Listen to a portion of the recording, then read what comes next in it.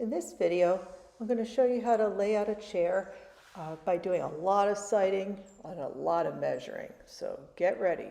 The first thing you want to do is grab your viewfinder and just kind of stare at your chair through the opening for a while. Decide where you're going to put it, how you're going to scale your drawing, how large will it be on your paper. What I decided was I wanted to start with the center of the chair. And then I thought that that would be kind of a good way to start, and then I can make sure that I get it placed on my paper without going off the edges.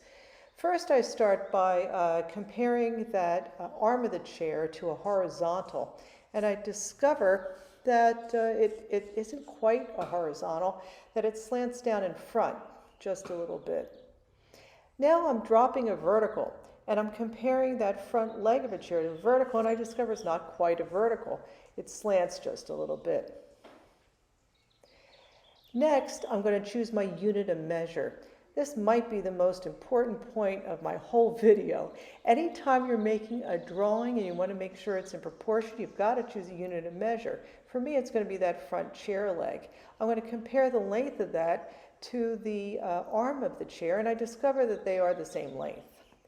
So throughout my drawing, I'll go back to that front leg of the chair. Sometimes I'll use the entire length of the leg of the chair. Sometimes I might use a portion of it from the seat to the top of the arm.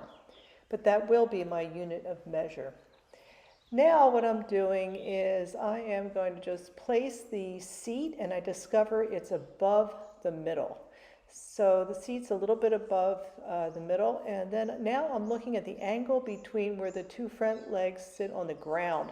It's very important to sight that, check that angle, and take your arm and now I'm sighting the angle between the two legs on the side where they contact the ground. And now I'm going to use, again, my unit of measure, but this time just from the top part, and I'm comparing it to the width between the chair legs in front, and I discovered it was about the same. So now I'm adding that other front of that chair leg that comes right into the arm, and here I'm checking to see if my seat is a horizontal, and it's not. It slants down a little bit. Okay, now I'm just going to work on the back of the chair a little bit.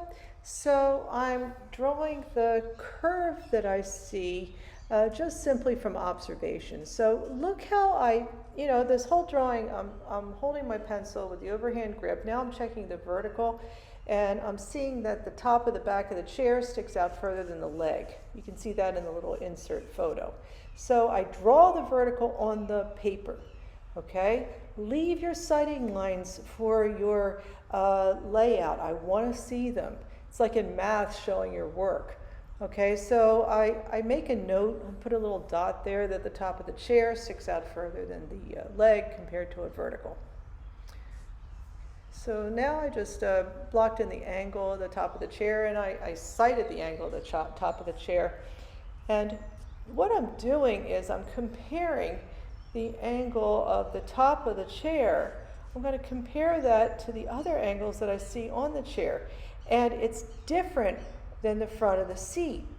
And you can see when I hold my pencil up to the front of the seat how different that line can be. Now I'm going to hold my pencil up to the front angle of the chair and then compare that to the other angles. Remember that the front part of the chair, the back part of the chair where I'm sitting, and the back of the chair, they're all going off to a vanishing point. So they're going to be slightly different angles because they kind of fan out. They are orthogonals. So your knowledge of two-point perspective is going to be really important as you're working on this drawing. Now I'm just measuring that front part of the chair, comparing it to the back. Here I'm just checking to see if that other arm is a horizontal. No, of course it's not. It's a little bit angled, just like the front one. Here I'm just fixing the curve of the line. Now I'm going to really, really study the shapes of those negative spaces. So I'm really staring at the shapes of the negative spaces in there, and I'm also now looking at that back leg, how that curved curved around a little bit. Here I'm back to really looking at that triangle of that negative space in there. So it's very, very important to study your negative spaces and make sure they're in proportion. If they're not in proportion, something's a little bit off. I'm going back to measuring that top part of the chair from the seat up to the top of the arm. And I'm going to compare that to the back of the chair, and I discover I made my back of the chair too high. So I'm going to bring that down. You know, in drawing, it's important to check your measurements and make revisions when you need to.